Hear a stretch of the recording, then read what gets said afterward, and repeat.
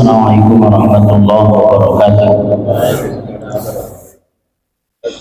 Alhamdulillah hamdan muwafiqan li ni'amihi mukafi'an li mazidihi salatu wassalamu ala sayyidina Muhammadin wa alihi wa sahbihi wa juludihi amma ba'd.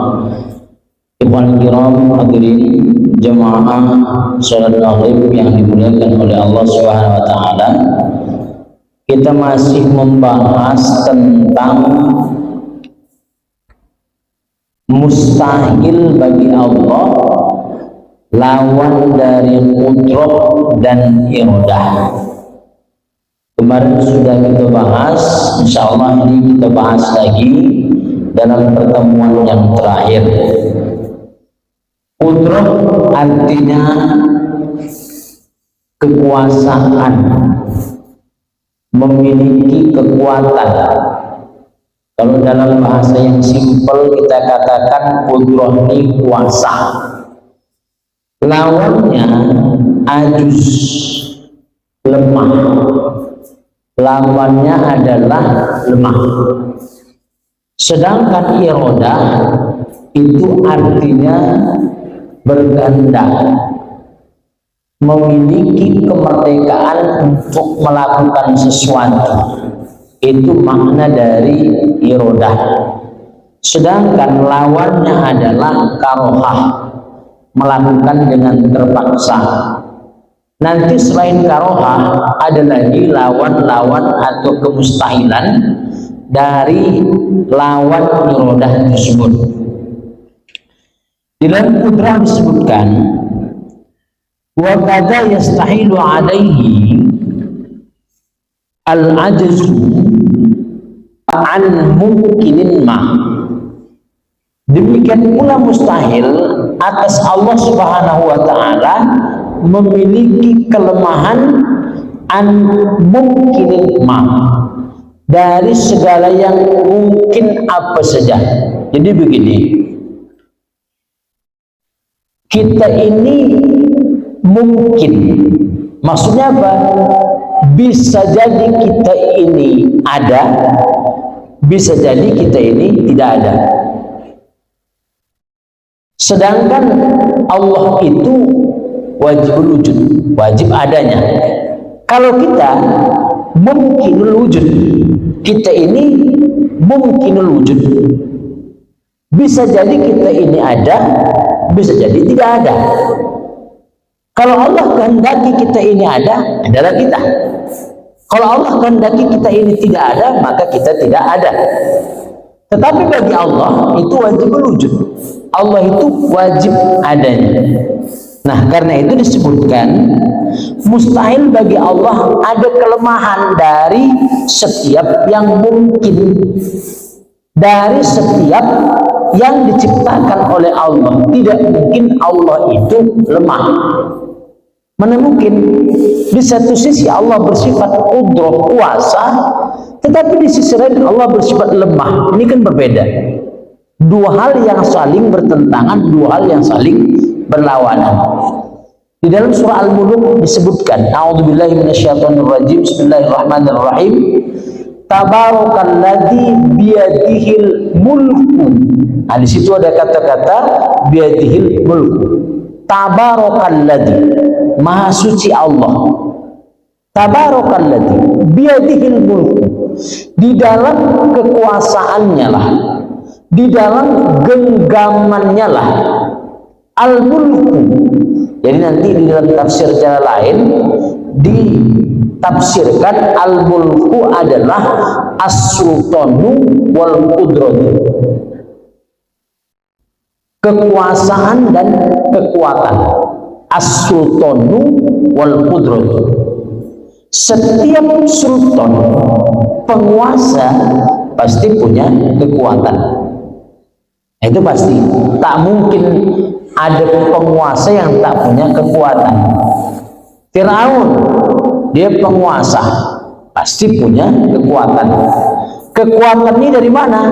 Dari statusnya sebagai penguasa, dari statusnya sebagai kepala pimpinan dari seluruh pasukan. Itulah maka dia punya kekuatan tadi itu.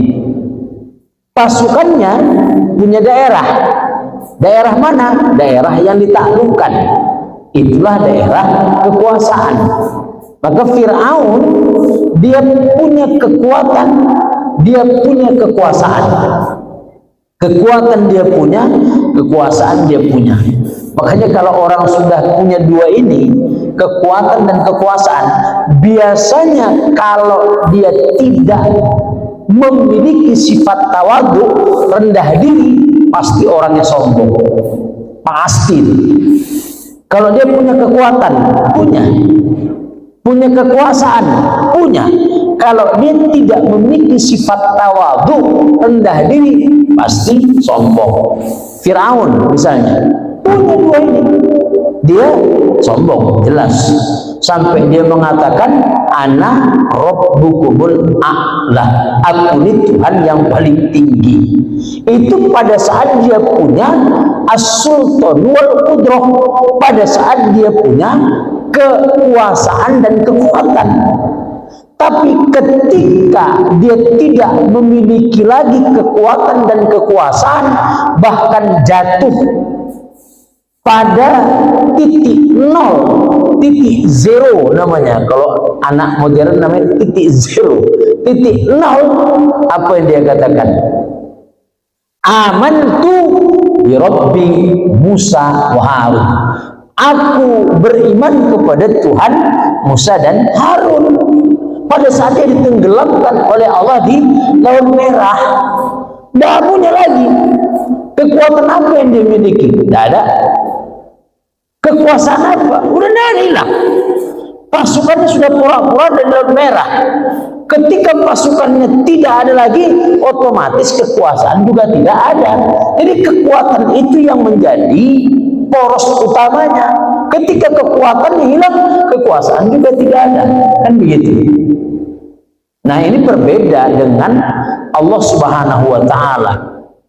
Jadi walaupun kita beriman kepada adanya malaikat, malaikat itu termasuk pembantu Allah, yang sebenarnya pembantu itu pun bukan sifatnya seperti kita si bahari. Kalau misalnya prajurit sebagai pasukan dari seorang raja, raja sangat butuhkan prajurit. Allah tidak memerlukan malaikat, tetapi malaikat itu diciptakan oleh Allah, bukti akan kebesaran Allah. Allah tidak perlu siapa-siapa. Makanya selain Allah namanya mungkin, bisa jadi ada, bisa jadi tidak ada. Mungkinul wujud namanya. Kalau kita, sedangkan Allah wajibul wujud. Maka disebutkan mustahil bagi Allah memiliki kelemahan. Allah tak punya kelemahan. Raja lemah. Kenapa lemah? Karena dia membutuhkan kepada prajurit. Allah itu tidak lemah, karena sebenarnya Allah tidak membutuhkan malaikat. Tapi adanya malaikat itu sebagai bukti akan kebesaran Allah bagi kita. Pasukan Allah, kalau nanti kita baca di dalam Al-Quran, semua bisa jadi pasukan Allah. Semut juga bisa pasukan Allah. Air bah itu bisa juga pasukan Allah. Angin yang bertiup kencang itu juga bisa jadi pasukan Allah. Turun dari langit, api, halilintar menyambar, itu juga bisa jadi pasukan Allah. Jadi Allah tidak membutuhkan kepada siapapun, tetapi siapapun yang membutuhkan Allah, karena memang hakikinya as-sultan wal qudratu lillahil haq. Karena Allah lah yang memiliki kekuatan dan kekuasaan yang sebenarnya. Hakikinya adalah Allah. Manusia ini punya kekuatan dan kekuasaan hanya fata morgana. Itu pun raja walaupun memiliki kekuatan dan kekuasaan, itu lambangnya kelemahan, karena dia butuh kepada prajurit, dia butuh kepada perdana menteri. Ketika perdana menterinya membelot, raja pasti bisa disingkirkan sama sekali. Itu begitu. Itu namanya qudrah. Jadi qudrah itu adalah kekuasaan. Apa Lawannya al-ajzu, kelemahan. Ajiz, lemah. Mustahil Allah lemah dari kekuatan dan dari kekuasaan manapun. Bahkan di dalam surah Al-Mulk disebutkan biyadihil mulk, di dalam genggamannya lah seluruh kekuatan, di dalam genggamannya lah seluruh kekuasaan. Wa huwa ala kulli syai'in qadir, dan dia maha kuasa atas segala sesuatu. Itu dalam Al-Quran surah Al-Mulk. Kemudian yang kedua, sifat Allah iradah, dan lawannya adalah karohah. Iradah itu punya kehendak. Kehendak, kalau dalam bahasa kita, merdeka dalam menentukan apapun yang menjadi sikap kita. Nah, jadi terserah kita. Tak ada yang memaksa, tak ada yang meminta, tidak ada yang mengancam, tak ada. Itu bahasa iradah. Nah, jadi wa ijadu syai'in minal alami ma'a karahatihi liwujudihi ay adamu iradatihi ta'ala lahu. Mustahil Allah mewujudkan sesuatu dari alam ini berdasarkan pada keterpaksaan. Itu mustahil. Terpaksa. Kalau terpaksa berarti ada yang memaksa. Biasanya kalau ada yang memaksa berarti ada yang mengancam. Terpaksa. Kau bunuh dia ya. Kalau tidak kau bunuh dia, kau bunuh kau. Berarti ada yang memaksa. Terpaksa itu bisa jadi ada yang memaksa. Memaksa itu bisa dengan ancaman atau juga memberikan iming-iming. Itu juga dilakukan dengan keterpaksaan. Kau lakukan ini, kalau tak kau lakukan tak naik pangkat kau. Terpaksa dia harus melakukan itu karena apa? Untuk naik pangkat. Jadi iming-imingannya itu bisa 3 atau bahkan bisa 4. Bisa jadi ancaman dengan apa? Tekanan. Bisa jadi karena iming-iming naik pangkat berarti tahta. Bisa jadi karena harta. Kau bunuh dia, ku kasih kau uang sekian. Kau masuk ke dalam rumah itu, kalau berani kau masuk ke dalam rumah itu, ku kasih uang sekian. Berarti kan dia melakukannya dengan terpaksa. Atau karena satu lagi, karena wanita. Kalau kau mau sama adikku atau mau sama anakku, sana kau berani. Berarti kan iming-imingnya adalah wanita. Jadi terpaksa itu bisa karena ancaman, karena diimingi oleh tahta, diimingi oleh harta, atau diimingi oleh wanita. Maha suci Allah dari semuanya itu. Ketika Allah menciptakan alam semesta, manusia dan kehidupan ini dilakukan tidak dengan keterpaksaan. Jadi kalau dengan keterpaksaan berarti Allah tidak berkehendak. Kalau bahasa kita begini, dulu kita sebelum merdeka, itu orang bekerja membuat jalan itu karena melakukannya disebabkan keterpaksaan, diperintah, dijajah. Itu dijajah. Kalian buat jalan dari sini kemari, tapi kalian tak digaji. Wah, janganlah tak digaji. Kalau kalian tak mau, maka kalian harus mati, keluarga kalian harus mati juga. Nah, itu berarti penjajah aja, terpaksa. Nah, jadi kalau sekarang sudah, berapa kerja? Sudah, kan begitu. Nah, karena itu keterpaksaan itu dilakukan oleh seseorang karena ada yang memaksa. Maha suci Allah melakukan sesuatu bukan karena keterpaksaan. Adamu iradati ta'ala, artinya tidak ada iradah Allah. Kalau sudah melakukan dengan keterpaksaan tidak ada iradahnya.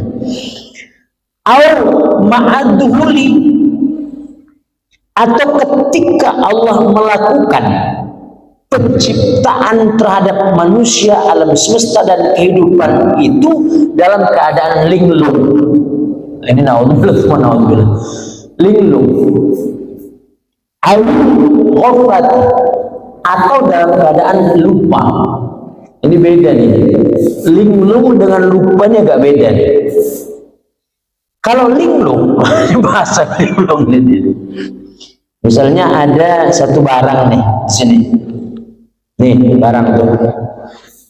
Kalau linglung, sama sekali dia tak ingat barang itu. Sama sekali.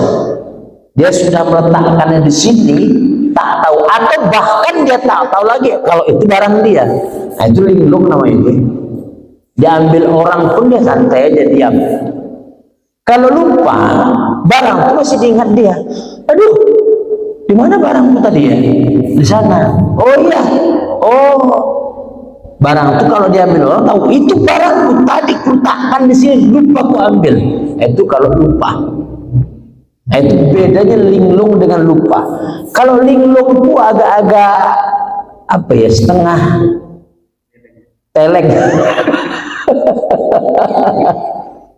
Apa ya, kalau bahasa orang tua agak-agak pikun lah begitu ya. Gitu ya, pikun, lupa. Jadi mustahil Allah menciptakan alam semesta, manusia dan kehidupan ini dalam keadaan linglung. Oh, aku ciptakan ya lupa misalnya, tidak mungkin. Nah, itu udah mustahil, betul kan? Atau dalam keadaan lupa tadi ku taruh di sana dunia ini, manusia ku ciptakan begini, aku lupa. Itu mustahil, itu lagi tambah parah. Naudzubillah wa naudzubillah. Ya. Ta'lil, atau Allah menciptakan manusia, alam semesta dan kehidupan ini bitaklil, dengan ada sebab, ada akibat. Jadi taklil ini sebabnya, maklul akibatnya. Artinya ada sebab akibat. Contoh misalnya begini. Ada orang pakai cincin. Ya. Cincin itu ada di jari manis. Kalau misalnya tangan bergerak, pasti cincin juga bergerak. Kenapa cincin bergerak? Akibat dari adanya tangan yang bergerak. Kenapa? Karena cincin itu ada di tangan. Itu sebabnya apa cincin itu bergerak? Sebabnya ada tangan yang bergerak. Akibatnya apa? Cincin juga bergerak. Jadi taklil maklul, sebab akibat itu tidak terjadi pada Allah. Allah menciptakan sesuatu bukan karena sebab tertentu, bukan karena faktor apapun, bukan karena syarat apapun, bukan karena akibat apapun, bukan. Sama dengan keterpaksaan tadi.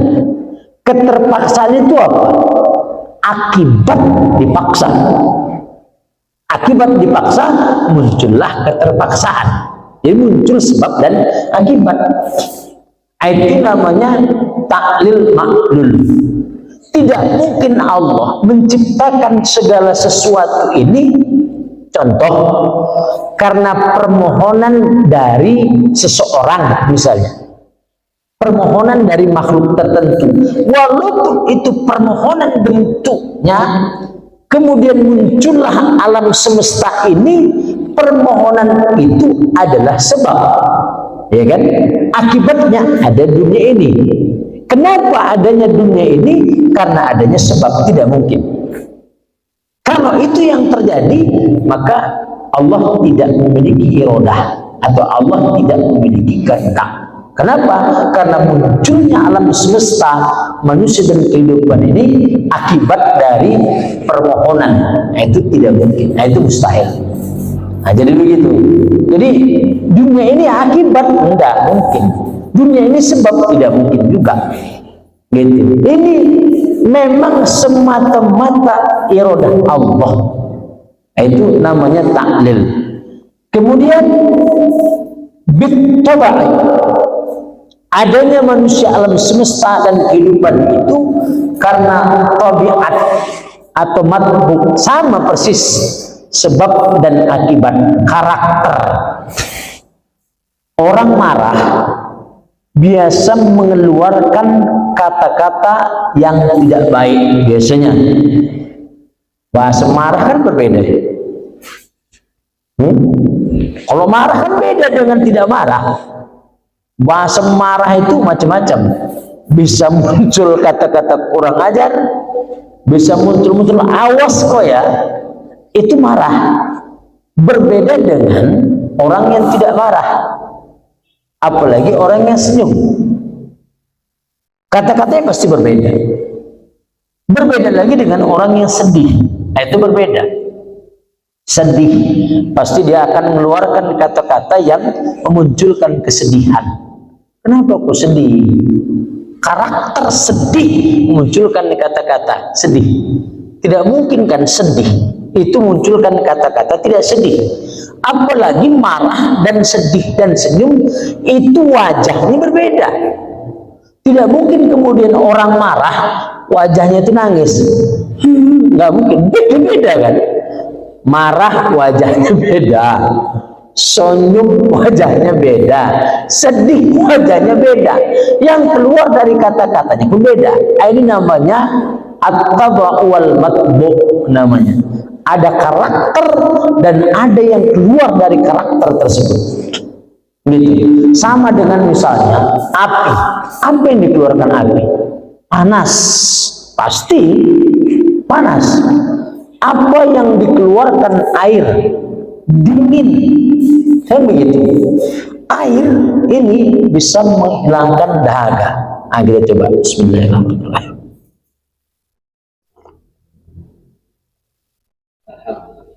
Alhamdulillah. Rasanya manis. Berbeda kalau yang kita makan nanti adalah kerupuk. Bisa jadi rasanya lemak misalnya. Itu karakter.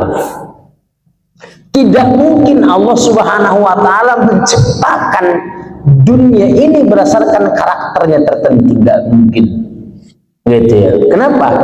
Biasanya karakter itu muncul karena sebab tertentu. Apa yang membuat saya marah? Marah. Oh, karena dia melempari rumah saya. Marah. Apa yang membuat saya sedih? Anak saya tidak lulus ujian, masih sedih. Apa yang membuat saya senyum? Anak saya yang paling kecil itu berjoget-joget, melari sana, lari sini, jatuh dia, senyum. Karakter itu tidak muncul sendiri. Karakter itu ada yang memunculkan. Maka Maha Suci Allah tidak mungkin ada yang memunculkan karakter Allah kecuali bahwa itu sifat yang wajib diimani. Ya tadi itu irodahnya. Kenapa? Kalau Allah memiliki karakter sebagaimana manusia, bagaimana mungkin Allah itu bersifat sebagaimana manusia yang tergantung kepada yang lain? Kita ini kan tergantung kepada yang lain. Munculnya rasa marah, munculnya senyum, munculnya rasa gembira, itu kan ada sebabnya. Kemunculan karakter itu adalah akibat. Munculnya karakter yang membuat fakta seperti A, B, C, D itu juga adalah akibat dari munculnya karakter. Tapi ini tidak bisa berjalan sendiri. Ada penyebabnya. Ada sesuatu yang ada sebab dan akibatnya, itu tergantung kepada yang lain. Tabiat yang menjadi karakter itu juga tergantung kepada yang lain. Mana mungkin Allah bergantung kepada yang lain? Maka bahasanya kan Allah itu qadim dalam semua sifat-sifatnya. Kalau kemarin kita belajar tentang Allah itu qidam, terdahulu. Itu bukan hanya terdahulu dari zatnya, tetapi seluruh sifat Allah itu qadim. Seluruh sifat Allah itu qidam. Kenapa? Kalau tidak qadim, kalau tidak qidam, berarti baharu itu kita yang serba bergantung kepada yang lain. Kita ini kan serba bergantung kepada yang lain. Kita ini kan munculnya daur atau tasalsul. Kita si baharu. Apa itu daur? Daur si A membutuhkan kepada si B membutuhkan kepada si C membutuhkan kepada A lagi. A butuh kepada B butuh kepada C butuh kepada A. Itu namanya daur. Tetangga dalam sebuah kampung. Pasti kan kita makhluk sosial. Pinjamlah piringmu. Oh iya, silakan. Pinjamlah cangkulmu. Silakan. Bantulah aku besok. Itulah daur. Apa itu? Sifat saling membutuhkan. Berulang. Tuh kita itu. Yang kedua, ada namanya tasalsul. Asal usul yang tidak pernah putus, tapi memang ada habisnya. Begitu. Contoh, saya dilahirkan oleh mak saya, ayah saya ada, atuk saya ada, atuk saya ada ayahnya, ayahnya ada atuknya. Saya punya anak nanti ada cucu ada cicit ada cucu, macam lah terus ke bawah. Itu nama tasalsul. Terus itu. Tapi pasti ada asalnya kan? Asalnya siapa? Nabi Adam alaihi salam. Ada akhirnya nanti, ada kiamat tiba, selesai. Tak tahu kita di ujung keturunan kita ini siapa namanya, tak ngerti. Yang penting ada kiamat, selesai. Itulah ujung dari tasalsul tadi itu. Nah, yang memiliki sifat daur dan yang memiliki sifat tasalsul itu namanya baharu. Kenapa? Karena ada awal, ada akhirnya. Dan tidak mungkin makhluk yang baharu itu menjadi Tuhan karena bersifat daur dan tasalsul. Baik daur dan tasalsul itu tidak bersifat qidam. Kenapa? Ada awal, ada akhirnya. Sama seperti ketika kita menjelaskan kemarin, kapan kau lahir?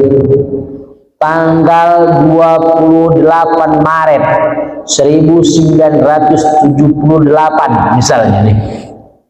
Tanggal 3 Agustus 1965 misalnya. Apa ini maksud dengan 3 Agustus 1965, 28 Maret 1978 itu? Apa ini maksud? Oh, itu sudah diciptakannya matahari, sudah diciptakannya bulan, sudah diciptakannya bumi. Maksudnya 28 itu apa? 28 itu adalah hari. Oh, hari. Iya. Hari apa? Hari yang disebut dalam satu bulan. Hari yang disebut dengan satu bulan. Maksudnya apa itu? Maksudnya adalah dalam jangkauan tertentu di mana bumi mengelilingi matahari. Kan begitu? Bumi mengelilingi matahari itu kan selama 1 tahun. Mengelilingi matahari selama 1 tahun. Habislah itu dia berputar pada porosnya, dia juga mengelilingi matahari. Nah, dia berputar pada porosnya pada tempat-tempat tertentu disebutlah sebagai 1 bulan. Pada tempat-tempat tertentu disebutlah bulan kedua. Pada tempat-tempat tertentu disebutlah bulan ketiga.